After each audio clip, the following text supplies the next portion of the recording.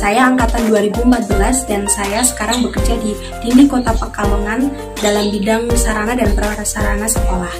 Saya selama berkuliah di Prodi Sosan sangat merasakan perkuliahannya cukup baik dan sarana prasarananya yang mendukung.